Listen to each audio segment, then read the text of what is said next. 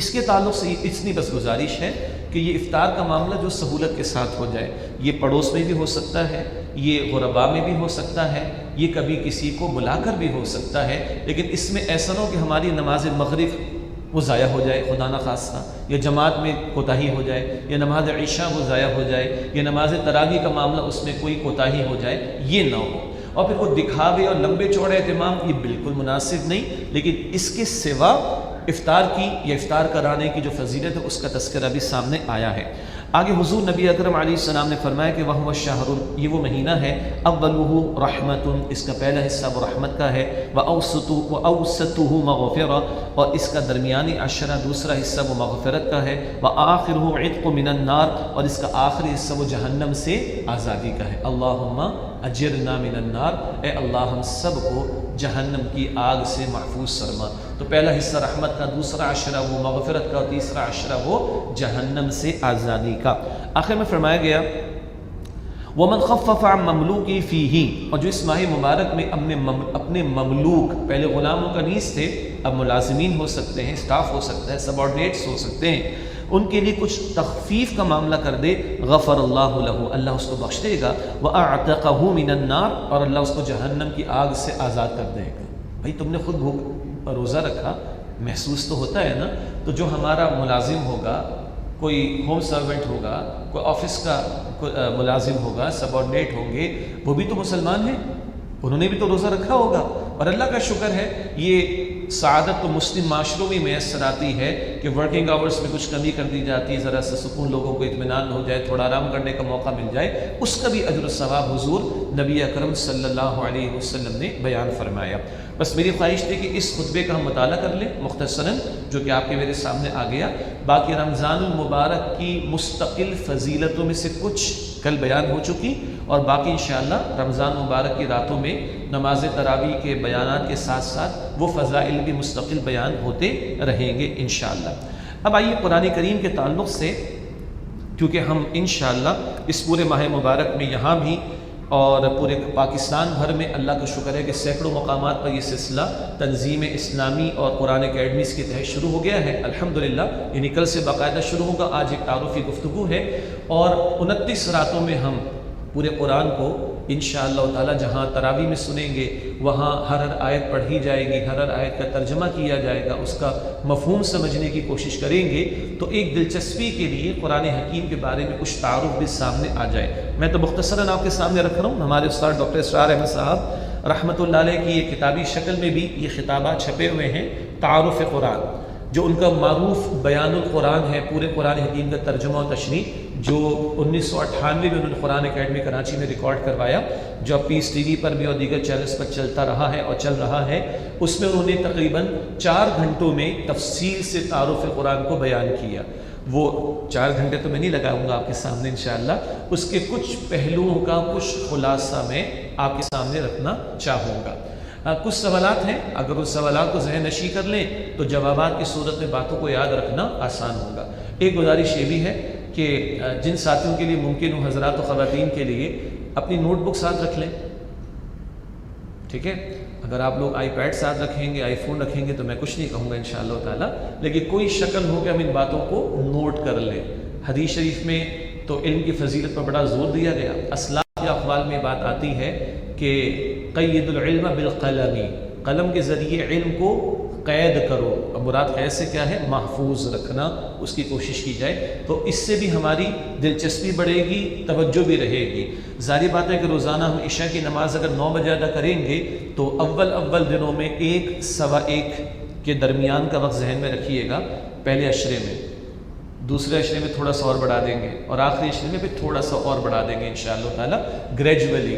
اب اتنے طویل معاملے میں ظاہری بات ہے ہم سب انسان ہیں، کچھ کمزوری ہے، کچھ نیند کا غلبہ، یہ ساری چیزیں تو ہمارے ساتھ لگی ہوئی ہیں۔ اگر نوٹس ہم لیتے رہیں گے، چاہے وہ نوٹ بک میں ہو، کسی اور گیجٹ میں ہو، تو انشاءاللہ تعالی ہماری توجہ بھی رہے گی، اور یہ لائف ٹائم کا ہمارا ایک ایسٹ ہوگا جو ہماری میموری کا، ہمارے حافظے کا حصہ بھی بنتا چلا جائے گا۔ بہرحال چند سوالات ہیں۔ قرآن حکیم کیا ہے؟ ایک لفظ میں اللہ کا کلام ہے، اللہ نے خود تعارف کرایا، سورہ توبہ کی آیت نمبر 6 میں ہے کہ حتی یسمع کلام اللہ، تفصیلی آیت میں نہیں جا رہا میں، اللہ نے اس قرآن کو اپنا کلام کہا ہے۔ تو قرآن کیا ہے؟ کلام اللہ، اللہ کا کلام۔ وہ البقرہ کی آخری 2 آیات، آمن الرسول بما انزل، تو پورا قرآن زمین پر نازل ہوا، اور معروف بات ہے کہ یہ 2 آیات آسمانوں پر بلا کر حضور نبی اکرم علیہ السلام کو عطا کی گئی، سورۃ البقرہ کی آخری 2 آیات۔ تو کہاں نازل ہوا؟ حجاز۔ کیسے نازل ہوا؟ اس میں 2-3 باتیں ہیں۔ ایک ہے یکدم نازل ہونا، ہم کہتے ہیں قدر کی رات میں نازل ہوا، ہم کہتے ہیں رمضان میں نازل ہوا، بالکل صحیح، لیکن پھر ہم یہ بھی تو کہتے ہیں کہ 23 برس میں نازل ہوا، تو پھر پریشان ہو جاتے ہیں۔ فرسٹ ٹائم جو بھی سنتا ہے تو وہ تھوڑا پریشان ہوتا ہے، ریکنسائل کرنا، سمجھنا تھوڑا دشوار ہوتا ہے۔ تو اس کا حل کیا ہے؟ قرآن حکیم میں ایک لفظ آتا ہے انزال، انا انزلناہ، انزال یہ ہے یکدم، اور ایک لفظ آتا ہے تنزیل، ونزلناہ تنزیلا، سورہ بنی اسرائیل میں ہے۔ انزال ہے یکدم ایک ہی دفعہ میں، اور تنزیل ہے تھوڑا تھوڑا کر کے۔ قدر کی رات میں پورا قرآن نازل ہوا۔ شہر رمضان کیا ترجمہ ہوگا؟ رمضان کا مہینہ، رمضان میں نازل ہوا، رمضان ہی میں قدر کی رات، تو قدر کی رات میں نازل ہوا۔ اس کی تعبیر یہ کی گئی ہے، یہ تطبیق، ریکنسلیشن یہ بیان کی گئی ہے کہ قدر کی رات میں لوح محفوظ سے آسمان دنیا پر نازل کر دیا گیا پورا قرآن۔ قرآن اصلاً کہاں ہے؟ بل ہوا قرآن مجید فی لوح محفوظ، سورہ بروج کے آخر میں۔ تو وہ جو لوح محفوظ ہے وہاں سے قدر کی رات میں ماہ رمضان میں پورا قرآن پہلے آسمان پر نازل کر دیا گیا۔ انزال یکدم۔ تنزیل کیا ہے؟ تھوڑا تھوڑا کر کے، تھوڑا تھوڑا کر کے 23 برس میں نبی مکرم علیہ السلام کے قلب مبارک پر نازل ہوا۔ تو قرآن کیسے نازل ہوا؟ انزال یکدم، تنزیل تھوڑا تھوڑا کر کے 23 برس میں۔ اور کیسے کا ایک جواب یہ ہے کہ قرآن نبی مکرم علیہ السلام کے قلب مبارک پر نازل ہوا۔ تورات لکھی بھی عطا ہوئی، تختیوں میں لکھی ہوئی، موسیٰ علیہ السلام کو عطا ہوئی، قرآن نبی اکرم علیہ السلام کے قلب اطہر پر نازل ہوا۔ اللہ اکبر۔ سورہ البقرہ کی آیت نمبر 97 میں ہے، 97 میں، فَإِنَّهُ نَزَّلَهُ عَلَىٰ قَلْبِكَ بِإِذْنِ اللَّهِ، کہ جبرائیل علیہ السلام نے اے نبی علیہ السلام اللہ کے حکم سے آپ کے قلب مبارک پر نازل کیا۔ اب ایک ذرا خوبصورت سا تجزیہ یہ ہے کہ حضور مکرم صلی اللہ علیہ وسلم کا قلب مبارک، کیا اللہ نے اس قلب کو تیار کیا تھا کہ قرآن جیسے پر جلال، پر وقار کلام کا نزول اس قلب مبارک پر ہوا؟ ورنہ اگر یہ قرآن کسی پہاڑ پر نازل کیا جاتا تو دب کر پھٹ کر ریزہ ریزہ ہو جاتا۔ آیت آ رہی ذہن میں؟ سورہ الحشر کی آیت نمبر 21، لو انزلنا هذا القرآن على جبل لرأيته خاشعا متصدعا من خشیۃ اللہ، اگر اس قرآن کو ہم کسی پہاڑ پر نازل کرتے تم دیکھتے کہ وہ اللہ کی خشیت سے دب جاتا، پھٹ جاتا، ریزہ ریزہ ہو جاتا۔ اللہ اکبر۔ پہاڑوں کو ہلا دینے والا کلام۔ کل یہ نقطہ عرض کیا تھا، ہمارے دلوں پر اثر کتنا ہو رہا ہے یا کتنا اثر ہم لیں گے؟ کل یہ نقطہ تھا۔ آج نقطہ کیا ہے؟ کیا ہوگا قلب محمدی صلی اللہ علیہ وسلم، کیا ہوگا قلب مصطفیٰ صلی اللہ علیہ وسلم کہ جس دل کو رب کائنات نے قرآن جیسے پر جلال پر وقار کلام کے نزول کے لیے تیار کیا تھا؟ یہ کیسے کا جواب ہے جی۔ اور مجھے خوشی ہوگی کچھ اگر بچے ہمیں جو ہے نا، یا کچھ بڑے بھی ممکن ہے، وہ نوٹس دکھا سکیں بعد میں کہ آج آپ نے یہ بیان کیا تھا، کیونکہ میرے سامنے لکھا ہوا نہیں ہے، تو مجھے خوشی ہوگی کہ آپ لکھ لیں گے تو وہ محفوظ ہو جائے گا۔ تو قرآن کیا ہے؟ اللہ کا کلام۔ قرآن کہاں نازل ہوا؟ حجاز میں۔ قرآن کیسے نازل ہوا؟ انزال، تنزیل، اور نبی اکرم علیہ السلام کے قلب مبارک پر۔ ایک اور سوال یہ ہے کہ قرآن حکیم کی کمپائلیشن کیسے ہوئی ہے، اور قرآن حکیم کی تقسیم کس کس اعتبار سے ہے؟ اس کے چند پہلوؤں کو سمجھتے ہیں۔ قرآن کا سب سے چھوٹا یونٹ آیت کہلاتا ہے۔ آیت، آیت کی جمع آیات۔ مشہور بات یہ بیان ہوتی چلی آ رہی ہے کہ آیات کی تعداد ہے 6666، بہت مشہور ہے اور لکھی ہوئی بھی ہے، لیکن صحیح تر بات یہ کہ یہ ایسا نہیں ہے۔ ٹھیک ہے؟ اور آج آپ کو ایک چھوٹا سا ہوم ورک دیں گے، خود جا کے چیک کیجیے گا، کل آ کے ایک دوسرے کو بتا دیجیے گا ہاں بات ٹھیک تھی۔ معروف یہ ہے، مشہور یہ ہے کہ کتنی آیتیں 6666۔ میں عرض کروں کہ یہ بات ٹھیک نہیں۔ صحیح تر بات کیا ہے؟ صحیح تر تعداد ہے 6236، 6236، 6236۔ خود چیک کر لیں۔ قرآن حکیم میں 114 صورتیں ہیں، یہ اگلا بیان ابھی آنا تھا۔ 114 صورتوں کے آخر میں آخری آیت نمبر لکھا ہوتا ہے نا، اس کو کاؤنٹ کرتے چلے جائیے۔ اسمارٹ فون پہ کر لیں، لیپ ٹاپ پہ کر لیں، کیلکولیٹر پہ کر لیں۔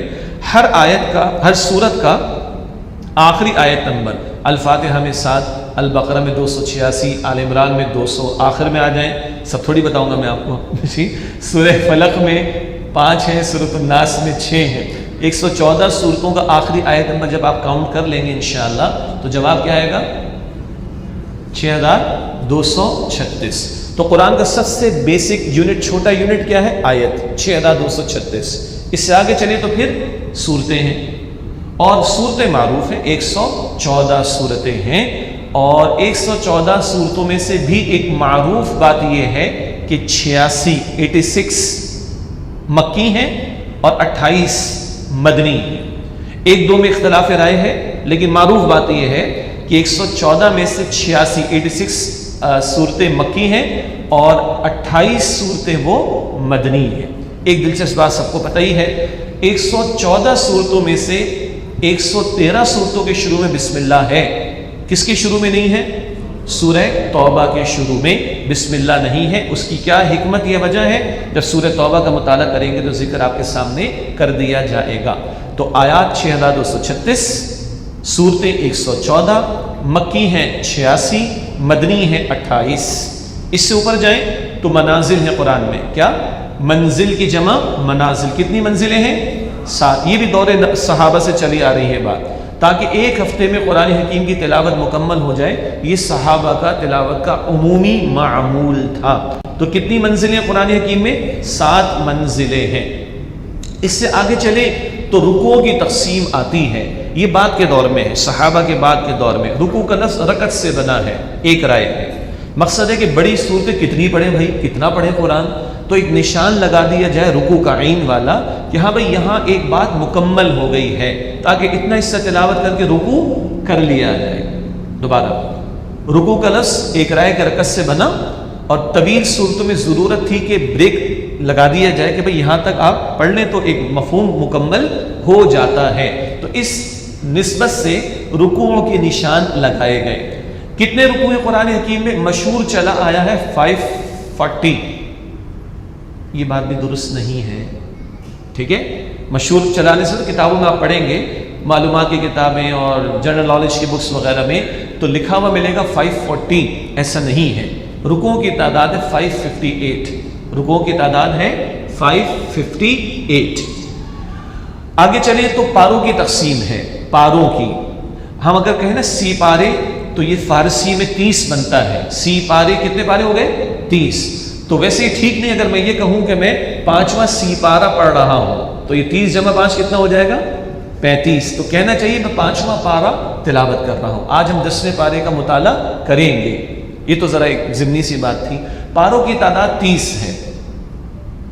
وہ تو کچھ لوگوں کی غلطی کا معاملہ کیا کر سکتے ہیں، وہ 40 سمجھ بیٹھے اور 10 پتہ نہیں کہاں لے کے چلے گئے۔ وہ جاہلوں کی بات ہے، وہ اہل علم کی بات ہے، وہ جاہلوں کی بات ہے۔ 12 چھوڑ دیں اس کو۔